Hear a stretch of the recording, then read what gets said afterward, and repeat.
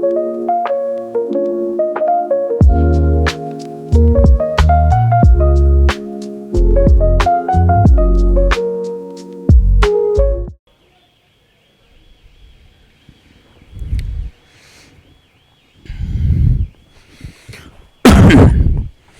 Gulick and Urwick. In my previous lecture, I had a discussion on Taylor and Fayol, their contribution in the field of administration and management. As we discussed that both of them are associated with tradition of scientific management.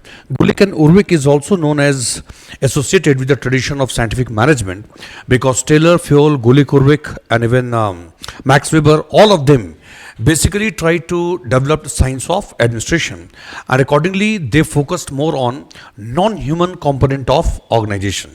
Non-human component of organization, it was based on the assumption that if you focus too much on human behavior, as we know that human behavior is replete with uncertainty and unpredictability, so even whenever we try to propound any theory or when I try to develop any science of administration which largely revolves around human behavior, so uncertainty and unpredictability of human behavior will make that science also not so much science. I mean to say there will be an element of uncertainty and unpredictability. To that extent, the science of administration will not be so much dependable. So instead of focusing on something which is known to be very much uncertain, unpredictable, better to focus on non-human component of organization so that some kind of regularity, some kind of discipline could be brought in the functioning of the organization.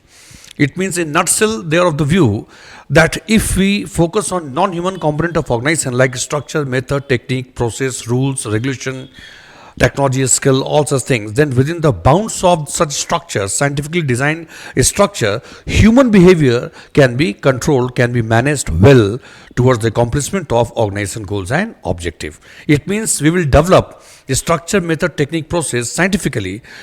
It will create an environment of professionalism. It will create an environment of certainty within the bounds of which there will be little scope for the expression of human feebleness. So Taylor focused on scientific management. We discussed that Taylor was mainly concerned with achieving efficiency and reducing the cost of production and maximizing the profit of organization. And he focused mainly on technical activities. He focused mainly on the factory floor. His focus, and he was by training a scientist, you can say. Too much observation, analysis, lot of experiments. There should not be anything that remain idle in the organization. How to make the best possible utilization of available resources, best method, best technique and process based on scientific observation, and analysis. So he focused more on technical activities of the organization, and he wanted to increase the productivity, and he wanted to elicit the best of services from the workers and the laborers, and he focused heavily on the tool, technique, method, process, skill, and his focus on human behavior was very much confined only to that component of human behavior which was related to production of goods and services or to carry out one of the technical activities. So he studied human behavior but in a very limited sphere of industrial context or setting, you can say. Fayol, on the other hand, unlike Taylor, although both of them were associated with tradition of scientific management and both of them were engineers by training, but Fayol reached the position of managing director quite early in his organization, and he had an opportunity to see the organization from above. So unlike Taylor, both of them are known for their scientific temperament, but whereas Taylor focused more on the factory floor, Fayol focused heavily on management process. That he was not merely concerned with technical activities on the factory floor.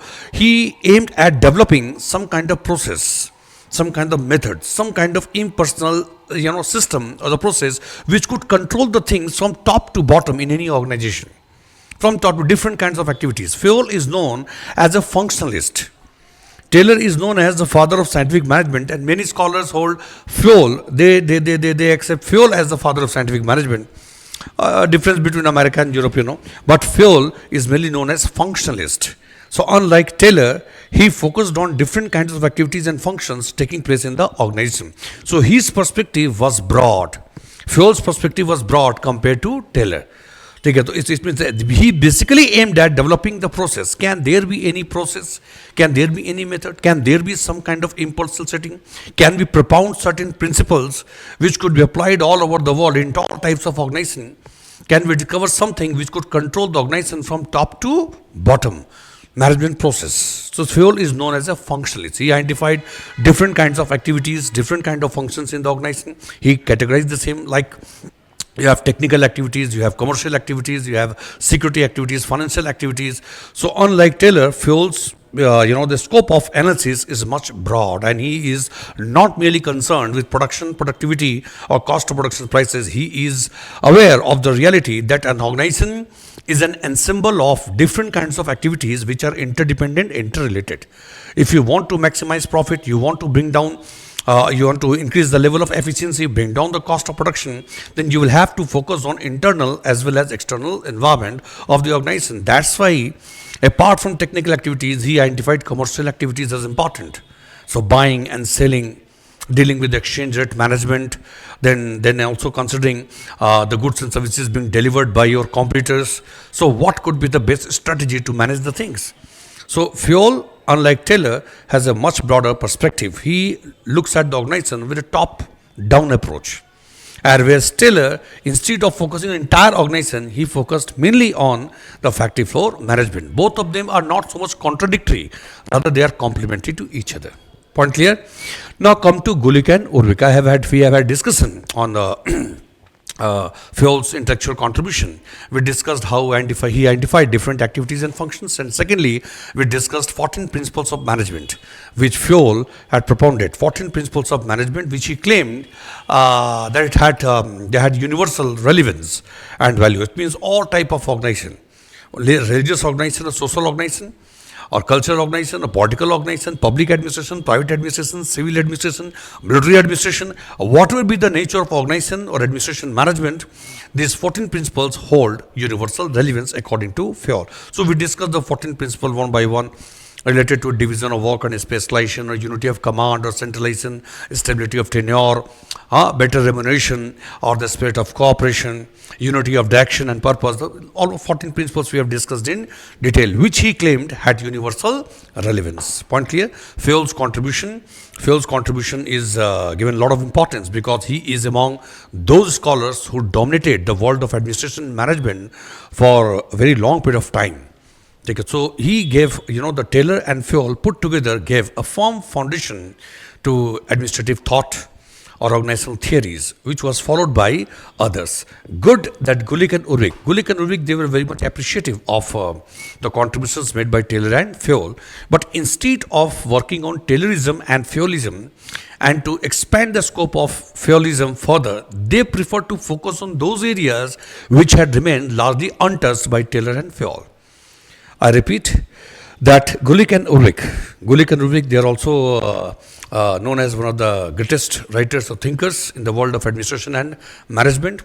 The most popular acronym in the world of management, POSDCORB, planning, organizing, staffing, directing, coordinating, reporting, budgeting. The most popular acronym was discovered by Gulick and Urwick. Point is clear? So Gulick and Urwick, they were appreciative of the contributions made by Taylor and Fayol.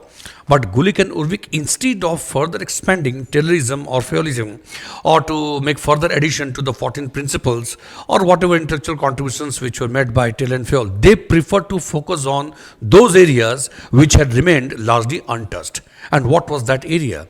It was the structural aspect of the organization which had remained largely untouched by Taylor and Fayol, because Taylor had dealt with the dynamics of scientific management of the activities of the factory floor, and Fayol was more a functionalist than a structuralist. He identified different categories and functions, but in Fayol's writing you don't get any kind of prescription, any kind of guideline or suggestion as to how to design the structure of organization. I have discussed earlier, structure of the organization means you decide in terms of various positions of authority, responsibility, how to connect those positions of authority and responsibility, their respective jurisdiction. So when you think of a structure of an organization, you don't think of the brick and cement or building. A structure of an organization means the conceptual configuration of various positions of authority and responsibility.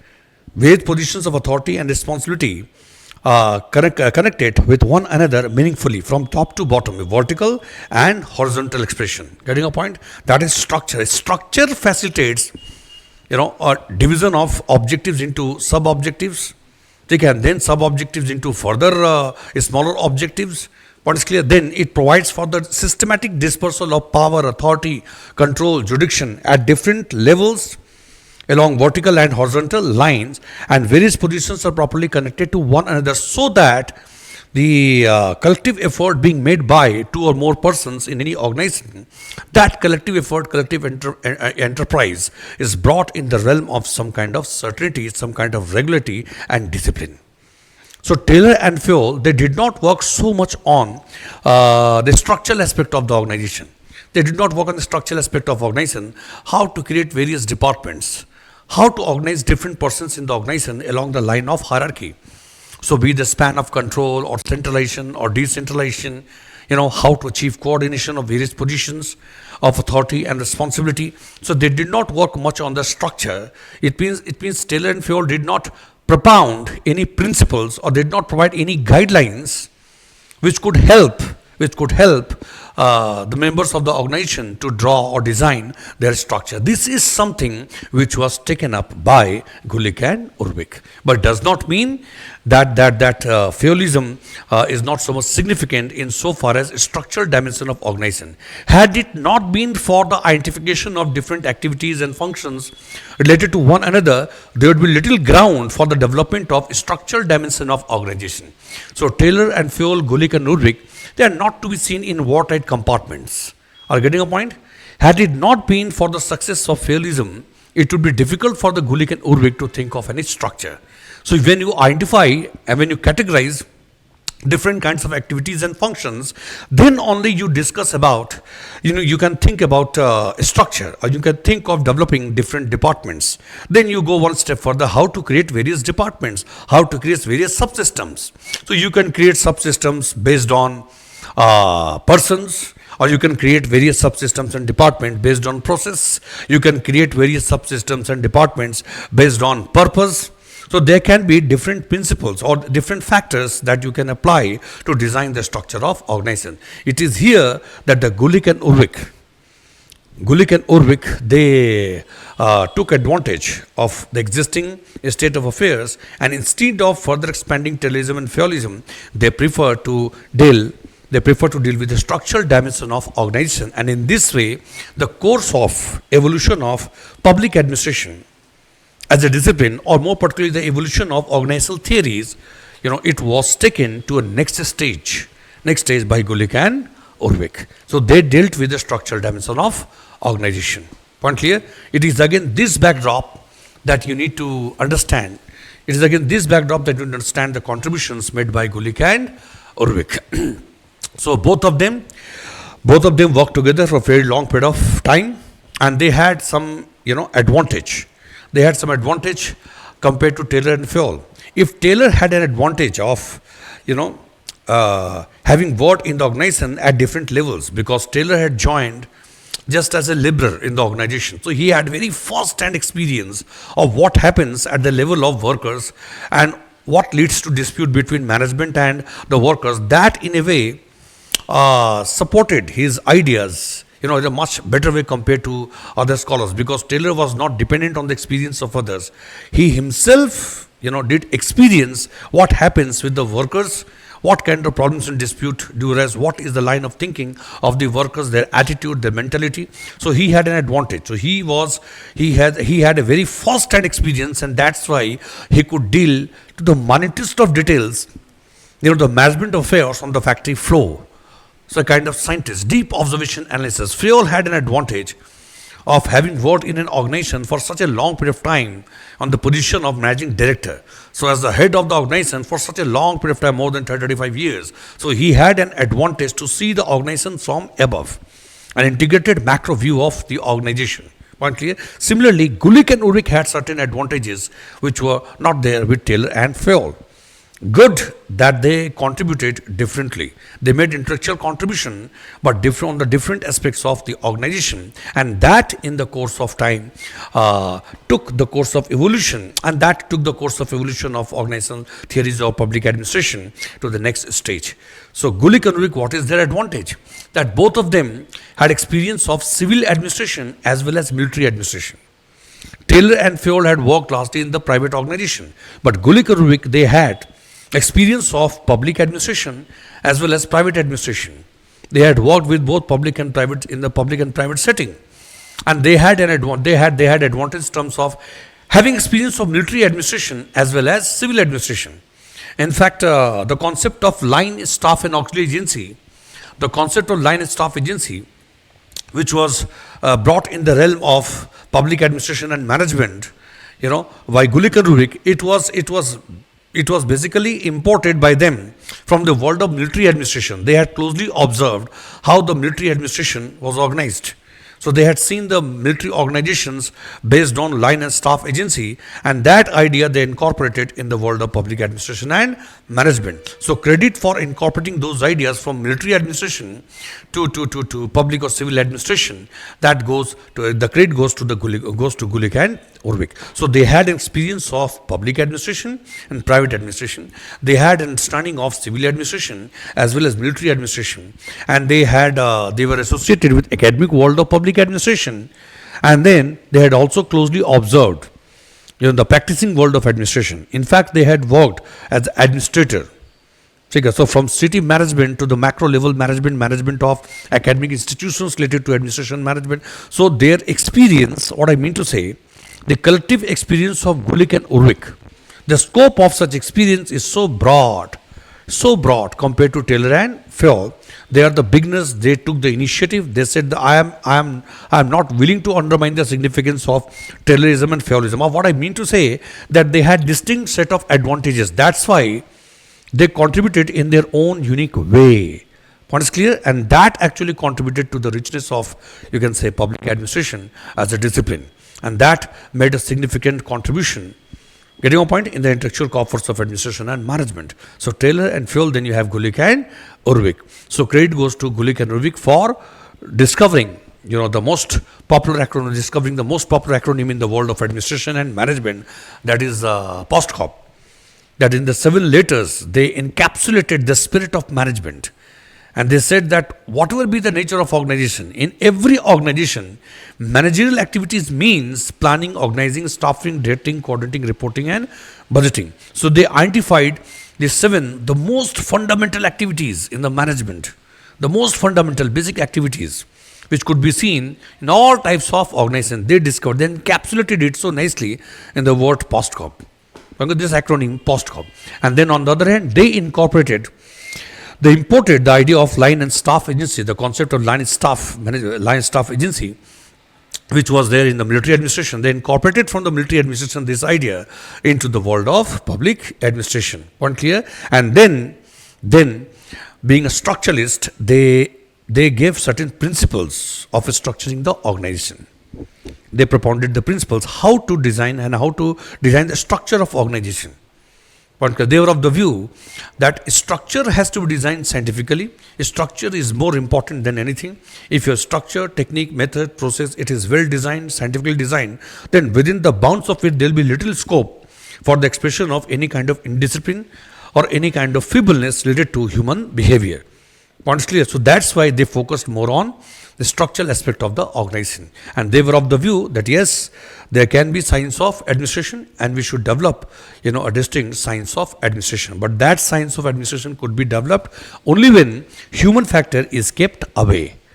In your analysis, if you take human behavior, given the complexity of human behavior, it will rob your study of its definiteness and certainty. So better to focus more on a structural aspect of the organization, the non-human component of the organization. Here, the cause and effect relationship can be understood with greater amount of certainty. So non-human component, structure, method, technique, process, here you can have an element of certainty that this much of input will lead to this much of output. This is the reason and this is the consequence. This is the cause, this is the effect. But that is not so much applicable to human content of organization.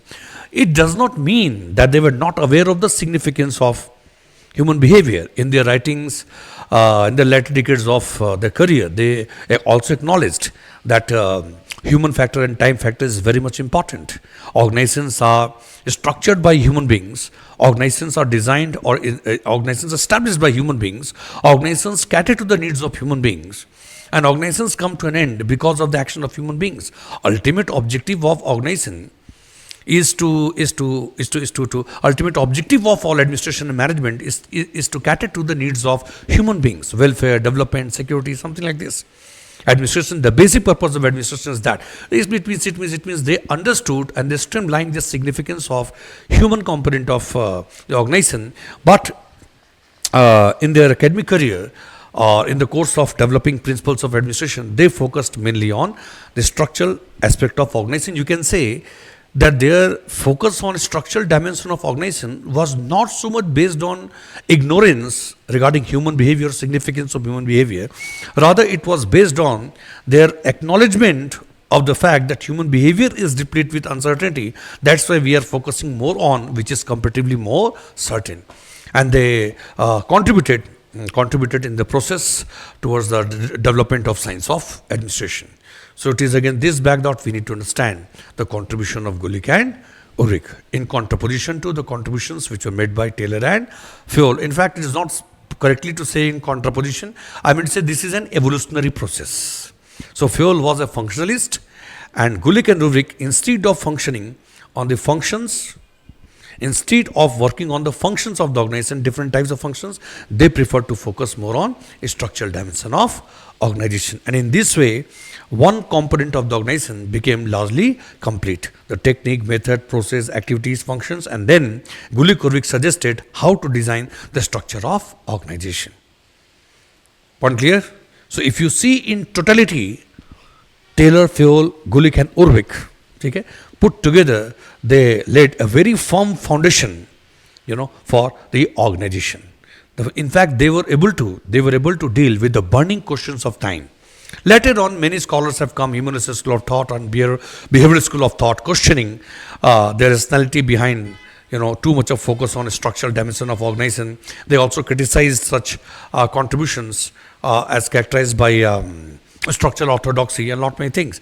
But there is no denying the fact that despite some limitations, they remain largely indifferent to the dynamics of human behavior and social content of organization. There is no denying the fact that they succeeded in answering some fundamental and basic questions and some basic challenges to which most of the organizations had been exposed. Point clear? How to bring down the cost of production, how to manage thousands and thousands of workers. Are getting a point? Under one roof, because as the outcome of industrial revolution, many organizations had come into existence, giant organizations there in Europe and America, and the biggest problem being faced by such organizations was that how to manage, how to control and regulate the things, how to elicit best of services from the workers, because the world of management had not seen so much of experiment or research to deal with the existing set of problems, because most of the managers were experienced to manage small organizations only. We have discussed that. They were trained to manage a smaller organization, so 20-25 workers or 100 or 150 was the maximum. So they had no idea how to deal with how to deal with the challenges posed by the huge organization, how to manage different kinds of activities, how to create departments. So you can say a structural dimension, structuralist Gulick and Urwick and functionalist Fayol, clear, and father of scientific management Taylor, all put together, they gave a very firm foundation to organizational theories in the world of administration and management. Later on, you had different schools of thought focusing on different dimensions, but they are the initiators, you can say. They are the initiators. They laid the foundation, and by exposing the limitations of a structural aspect of the organization, or focusing more on human or social aspect of the organization, then again human lesson behavioral school of thought comes into existence. Point clear? Had it not been for the success of these classical writers, had it not been for their success, the world of administration and management could hardly afford the luxury of thinking about the dynamics of human behavior or social content of the organization or external environment of the organization, because first of all you have to overcome the existential threat. So significance of Taylor, Fayol, Gulick and Urwick, their contribution lies in resuscitating organization from this kind of financial crisis. They succeeded in overcoming the existential threat to which organizations had been exposed to. Later on, the scholars and writers, they come from the different schools of thought. Points clear? From different academic background, and they developed humanistic school of thought or behavioral school of thought. Up to this point is clear? Let's come to, it is again this backdrop that we are going to appreciate the contribution made by Gulick and Urwick. Okay, so Luther Gulick and Lyndall Urwick.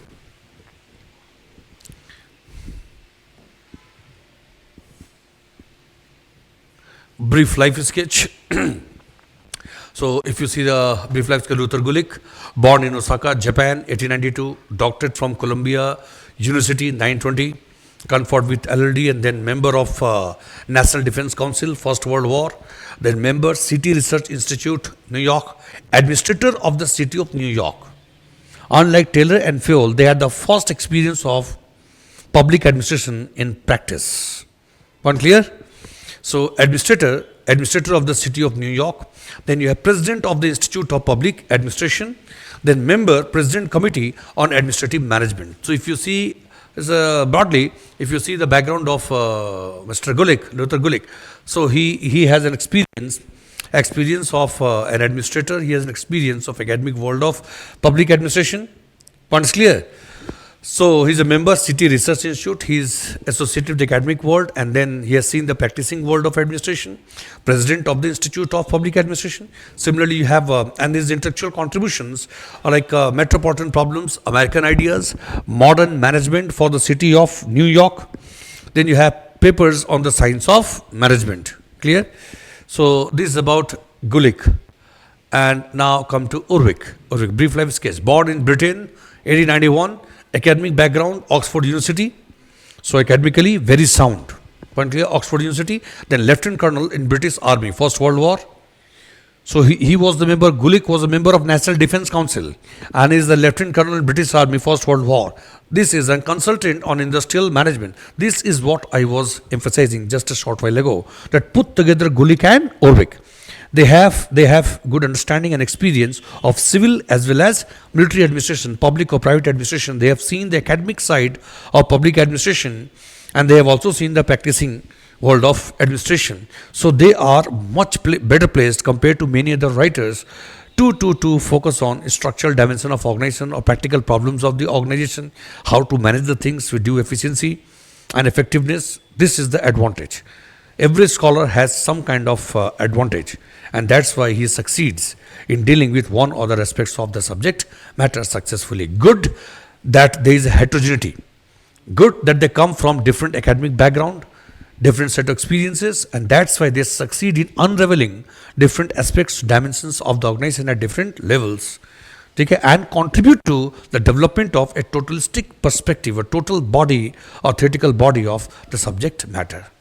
Clear? So, intellectual contribution, the patterns of management and leadership in the 20th century organization, the making of scientific management, management of tomorrow, papers on the science of administration. Theoretical dimensions, source of inspiration, Taylor's mechanistic model and Fayol's principles of management. I have discussed that the source of inspiration is Taylor and Fayol. But instead of focusing on Taylorism and Fayolism, they focused more on those dimension of organization which had remained largely untouched. That is structural dimension of organization. Focus of attention, activities, methods and processes facilitating implementation of the existing principles of management. They were of the view that principles of management had been propounded by Taylor, Fayol and many other writers. But what was required at that time? What was the necessity? Necessity was to develop tool, technique, method and process and principles, by following those principles which could contribute or which could help you to implement the various activities or convert vision into reality. So they were focusing not so much on the principles of management, they are focusing more on the principles which could help one to carry out different activities and to execute the ideas into reality. Their focus was more on implementation rather than further expanding the theory. In fact, they are dealing more with the theory of execution. Are getting a point? It means Taylor and Fayol, they propounded various principles of management. But the real challenge was execution. Execution. Fayol had identified different kind of functions and activities. Taylor had dealt mainly with the technical activities in the organization. The scope was not so broad. Point clear? So functions had been identified by Fayol. Now the Taylor focused more on the structural dimension of organization. Structure, various positions of authority and responsibility, how at different positions different kinds of activities will be carried out, how those activities will be connected to one another along vertical and horizontal line, how to organize things, how to disperse power and authority under a system, under a pattern, power, authority, jurisdiction, then dispersal of resources. Then you issue order and command for the execution of the things.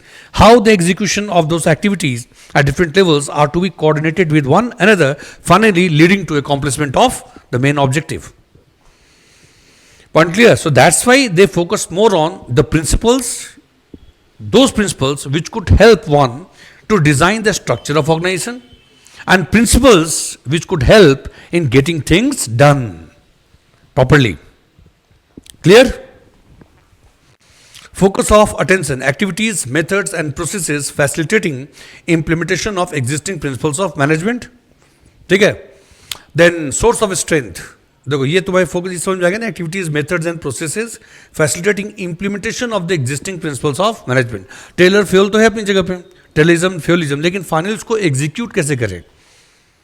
जैसे Fayol ने 14 principles दे दिया, principles of management है ना, उसमें unity of direction है, unity of command है, stability of tenure है, better remuneration है, division of work and specialisation है, सेंट्रलाइजेशन है, ये सारी बातें उसमें लिख दी गई. लेकिन उसको प्रैक्टिकली एग्जीक्यूट कैसे करेंगे. प्रैक्टिकली उन प्रिंसिपल्स को एग्जीक्यूट करने के लिए तुम्हारे पास एक वेल डिफाइंड डिजाइन स्ट्रक्चर होना चाहिए, अलग अलग पोजीशंस होने चाहिए, अथॉरिटी, रिस्पॉन्सिबिलिटी, जुडिक्शन का डिस्पर्सल होना चाहिए, कौन सा व्यक्ति कौन सा काम करेगा, how the activities are to be carried out at different levels. ठीक है, अगर तुमने सारी एक्टिविटीज को कनेक्ट नहीं किया एक दूसरे के साथ, अगर तुम कनेक्ट नहीं कर पाए, ठीक है, you have not been able to appoint right person at right place, activities are being carried out at different levels, different positions, but they are not properly connected to one another, there will be confusion, there will be chaos.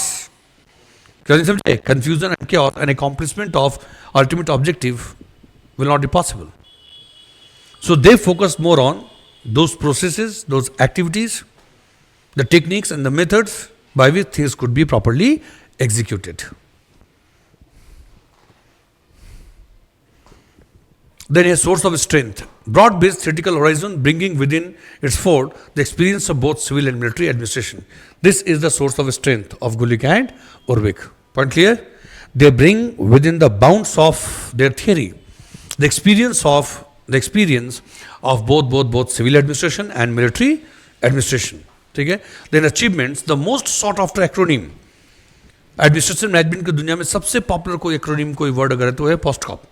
ठीक है, पोस्टकॉप. इस word की खासियत यह है कि इस word के अंदर, इस एक्रोनिम के अंदर मैनेजमेंट एक्टिविटीज जितने भी हैं, ठीक है, the basic managerial activities, all such activities are incorporated. So planning, organising, staffing, dating, coordinating, reporting, budgeting. ठीक है, पोस्टकॉप was coined by Gulick. Then they took further the tradition of scientific management, scientific thought on management, with remarkable success, emphasizing implementation rather than improvisation of high sounding principles. So their focus was more on execution, getting things done. Point clear? Instead of further expanding the principles of management. Okay, it is more because of their military background. Both of them come from the military background. Point clear? And that also contributed in a way, you know, thanks to their military background, they focused heavily on getting things done. ठीक है, how to get the things done, how the activities are to be carried out, how they are to be connected to one another. They took further the tradition. It means that took further the tradition of scientific management which began with Taylor, with Fayol. It was taken the next relays जैसे होता है ना, they took, you know, the next stage, the tradition of scientific management. Point clear? Though there can be something you can see overlapping in the ideas of Taylor, Fayol and Gulick and Urwick, that little overlapping of things, it is bound to happen when they are dealing with administration, management. There will be certain points where they converge. Okay, but does not mean that there is only a duplication of effort. You know, they have their distinct intellectual identity. Taylor, Fayol and Gulick and Urwick. In togetherness, they constitute, you know, total body of the structural dimension of organization.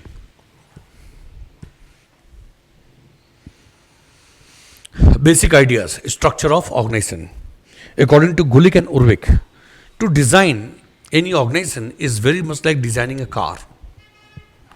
एक car की जो design होती है बहुत सोच समझ के जो इंजीनियर्स होते होंगे वो डिज़ाइन बनाते होंगे, क्योंकि एक कार को डिज़ाइन करने का मतलब है बहुत सारी बातों पर उनको ध्यान देना पड़ता होगा कि कंफर्ट पे भी ध्यान देंगे वो, ठीक है, अंदर का स्पेस उस पर ध्यान देंगे, अंदर यूटिलिटी कितनी अधिक बढ़ाई जा सकती है, ठीक है, कार का स्ट्रक्चर जो है, कार की वेट क्या होगी, वेट का डिस्पर्सल कैसे होगा, देखो फ्रंट 2 व्हील है और रियर व्हील है, उस पर डिस्पर्सल किस ढंग से होगा, कार की चौड़ाई क्या होगी, कार की ऊंचाई क्या होगी, ठीक है, अगर कार बहुत ऊंची है और नीचे से बहुत ज़्यादा चौड़ी नहीं है, फिजिक्स का प्रिंसिपल तुम जानते होगे, तो centre of gravity will be high, तो कार जो है इसमें टर्न टर्टल, अगर तुम पहाड़ पर चला रहे हो ज़्यादा होशियारी किए तो कार अपने बैलेंस नहीं होगी।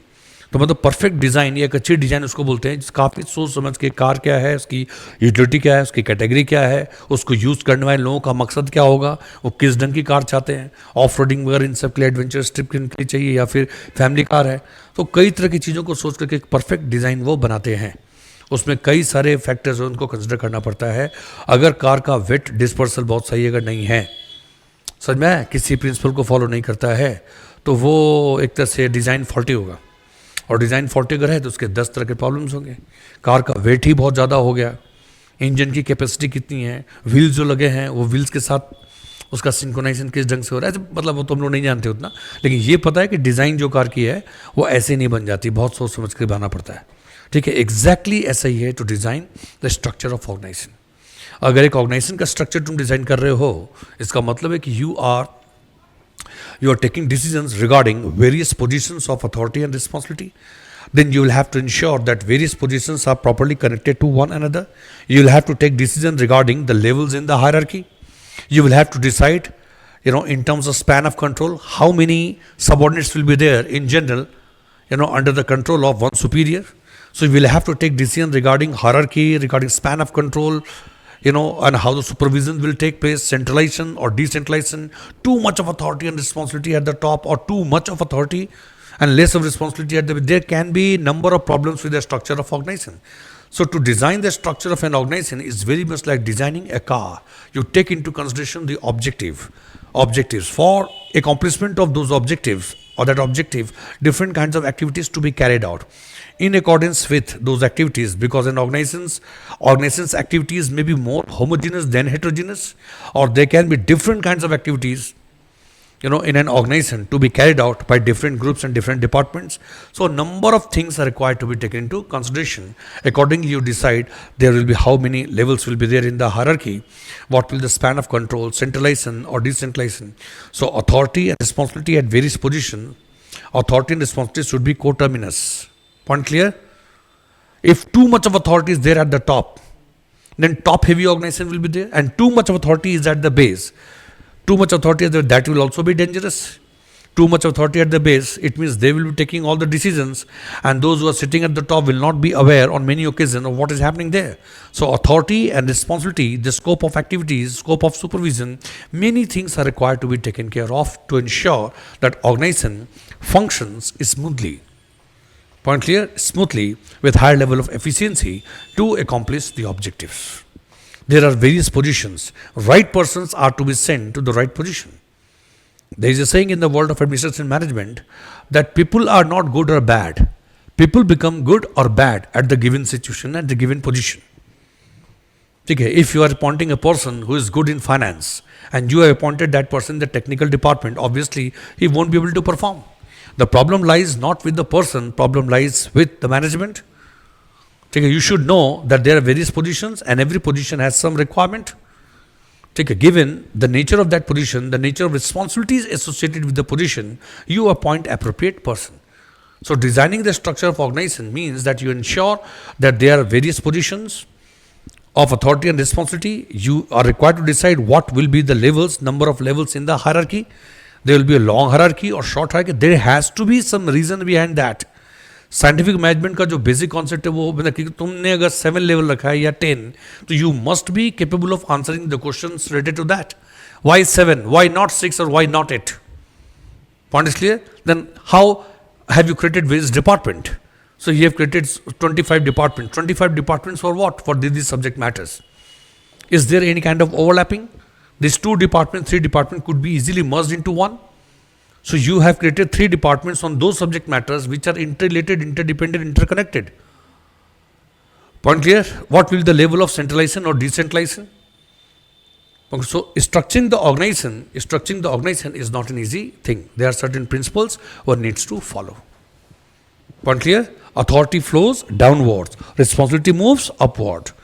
There should not be any department, any position which is isolated, which is not connected with other departments and organizations. There has to be coordination. It means no position, not a single position, no position or no department should remain isolated, not connected to others. Point clear? Everything has to become the part of that collective enterprise. There has to be various positions from where accountability can be enforced. Point clear? So Gulick and Urwick, they propounded certain principles that one needs to follow to structure the organization. If your structure is scientifically designed, a structure is efficient, point clear, to a great extent, number of limitations will be taken care of. तुम जो भी हो, जो भी drama करते हो, तुम्हारे behaviour में बहुत सारे प्रॉब्लम्स हैं ऑर्गेनाइजेशन के बाहर. एक बार सुबह 9 बजे जब ऑर्गेनाइजेशन में घुसे तो that structure, technique, method, process will take care of everything. तुम्हारा सारा जो एडवेंचरिज्म है, जो कुछ है, वो यहाँ नहीं चलेगा. यहाँ आते के साथ ही एक पूरा स्ट्रक्चर है, एक डिसिप्लिन है. स्ट्रक्चर का मतलब ही होता है limits. Structure means there is a boundary. Anything will not qualify for structure if there is no boundary. आकाश हम लोग बोलते हैं structure of sky is like this, नहीं बोल सकते क्योंकि आकाश जो है उसकी बाउंड्री पता ही नहीं. ठीक है, लेकिन ये चेयर जो है ये एक स्ट्रक्चर है, एक टेबल है, स्ट्रक्चर है, क्योंकि एक डेफिनेटनेस, एक बाउंड्री है. इसी तरह से स्ट्रक्चर ऑफ ऑर्गेनाइजेशन, उसकी भी बाउंड्री है. प्रेसिडेंट ही आप क्यों नहीं हो, लेकिन this is your जुडिक्शन, you can not go beyond that. और नीचे प्योन है, यह स्वीपर है, जो भी किसी लेवल पे काम कर रहा हो. स्ट्रक्चर का मतलब यह है कि एक डेफिनेट रूल्स, रेगुलेशन, जुडिक्शन सबका है. ठीक है, 3rd फ्लोर पे आपका काम था, 4th फ्लोर पे हंगामा क्यों कर रहे हो? मैं यहाँ पे आता नहीं, ये तो आपके जुडिक्शन में नहीं है ना. यहाँ पे मुन्ना भाई एमबीएस बना रहे हो, सबको डांट रहे हो, हीरो बन रहे हैं. वहाँ 3rd फ्लोर है ना, तो 4th फ्लोर पे क्या कर रहे हो? सर वो मैं ऐसे ही हम दोनों बात करते हैं. नहीं नहीं, आप पहले अपना काम अपने फ्लोर पे करो.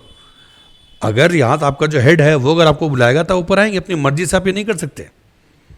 Point clear? आपकी जो जिम्मेदारी है वहीं पे. तो हर चीज़ बिल्कुल डेफिनेट, क्लरिकल लेवल हो या मैनेजर लेवल हो, हर जगह पे स्ट्रक्चर का मतलब ये होता है rules, regulation, method, technique, process. ये सब इसलिए क्या आता है कि there is little room for, we would not like to give any scope for the expression of human whims and fancies. अपने मन मर्जी से कोई कुछ नहीं कर सकता. आप मन मर्जी से कर सकते हैं, उसको डिस्क्रिशन बोलते हैं, लेकिन वो मन मर्जी नहीं है. Discretion means that at various positions, depending on the nature of position, senior position, lower position, junior position, accordingly you are given discretionary power. That yes, this is the broader principles, bounds of the principle. Within the bounds of such well-known principles, you are allowed to exercise your knowledge, your wisdom, and you can take a decision. But यहाँ भी मन मर्जी नहीं चलेगी. Because अगर आपका decision wrong हुआ तो आपसे पूछा जाएगा कि under what situation, circumstances you found appropriate to follow this course of action. And if it is found that there is no known principles guiding your action, then punitive action will follow. Point समझ गए? This is structure. हाँ, rules. Structure is characterized by limitations which are created by various rules, regulations. समझ गया? Rules, regulation, laws, protocol. मेरी बात समझ रहे हो? प्रोटोकॉल भी उसका हिस्सा है. ऑर्गेनाइजेशन में हर चीज़ रिटन नहीं होगी. You have written documents, code of conduct, code of ethics, बहुत सी चीज़ होती हैं. There are many things which may not be written. ठीक है, which is a part of convention, which is a part of the organisation's value system. You have to carry out activities, functions, exercise jurisdiction within the bounds of that. We are governed not only by written and documented rules and regulations, we are also governed by the established conventions and the value system. It is done like this only. But it is written nowhere, so what? For the last 100 years, 10 years, 20 years, it has always been followed like this. If you are making departure from that, you are making departure from the existing, the trend. So then you will have to give answers to various questions. है ना? Why did you think so? Points clear? This is a structure. So today, in fact, what I mean to say, notwithstanding the fact that humanist school of thought or behavioral school of thought, they criticized the structuralist or classical writers on many counts, but none of them ever said that we don't need structure. They simply said that obsession with the structure is not a good idea, or when you design the structure obviously structure has to be there. How can you carry out collective effort or collective enterprise on sustained basis without some kind of structure? It is not possible. Getting a point? Structure is there, but being obsessed with the structure, you are so badly obsessed with rules, regulations, laws and protocols that human and social element in the organization is something that you have lost sight of. Okay, you should keep human beings in the center and then you design the structure. And structuralists, they keep human factor away, they keep structure in the center and then they try to bring human beings within the bounds of that. Actually, difference between the two is not in terms of acknowledgement of the significance of structure or not. Even humanist or behavioral school of thought, the scholars associated with that, they never said that structure is not required. But they are against structural rigidities. They are against the structure which is developed not so much on the basis of observation, analysis, understanding of human behavior. You design the structure simply because somebody on the basis of his experience prescribed that this is the way to do the things. No. You should understand the objective of organization. You should identify the objective of the organization. What is the nature of objectives? Then the policies. Which course of action you would like to follow not many things that is required to be taken into consideration. Then available human resources, then environmental conditions, internal, external factor, and then you design an appropriate structure. This is the point. When you design the structure, you keep human being, getting a point? Human being and that society which exists in the organization, keep that society, that human relationship, human behavior in the center, and accordingly you should design the structure. A structure should be such. A structure should be designed scientifically means a structure should be such that it provides for the expression of the social needs and natural instinct of the human beings within the organization. It does not mean that you should compromise with professionalism. It means that understanding the nature of human behavior, in the structure there should be scope for the expression of basic human needs or social needs. They are not robots, they are human beings. So इसलिए structure में थोड़ा scope होना चाहिए. एक informal organisation बनेगा ही, होगा ही, आप इस बात को एक्सेप्ट करें. This the difference. Point clear? So structure of organisation, as I said, that designing a car and designing the structure of organisation is similar. Inappropriate structure characterized by fallacious configuration and integration of various positions of authority and responsibility leads to friction, noise and chaos. So instead of defining the best structure, Gulick and Urwick, they identify the problems with the structural dimension of organization. ठीक है, fallacious structure, they are actually focusing on the characteristics of fallacious structure. Structure जो appropriate नहीं, उसमें क्या क्या दिक्कतें आती हैं. ठीक है, inappropriate structures characterized by fallacious configuration and integration of various positions of authority and responsibility. Fallacious configuration. Various positions of authority and responsibility are not properly connected to one another. Authority and jurisdiction is not clearly divided. So if a structure is not properly designed, various positions are not clearly defined in terms of power, authority, jurisdiction, it may lead to friction and noise. Inappropriate structure, it means too much of authority at the top and less of responsibility. Too much of responsibility at the base and less of authority. जैसे police administration India जो है, police administration is very often criticised, ठीक है, on this ground that the structure of police administration is not so appropriate. There appears to be uneven dispersal of power and authority, responsibility, etc. So at the top level you have huge authority and power, but responsibility is less. At the lower level, at the level of police station, you have huge responsibility, but not the corresponding and commensurating authority. Okay, but gradually things are improving. But I just gave you example. So fallacious structure की क्या क्या उसमें features देखो. First है person and place mismatch. Your structure is faulty. Why? There are various positions of authority and responsibility, but there is a mismatch between the person and the place. A person who was suitable for finance department, that person has been appointed to a position in the technical department and vice versa. Person and place mismatch. कैसा होगा? Professional competence and responsibility mismatch. Professional competence. A person has to be given responsibilities in keeping with his professional competence. तुम्हारा जो professional competence होगा उसके हिसाब से responsibility दी जाएगी. But if there is a mismatch between the two, तो friction chaos होगा. Because the person will fail to discharge his responsibilities at that position.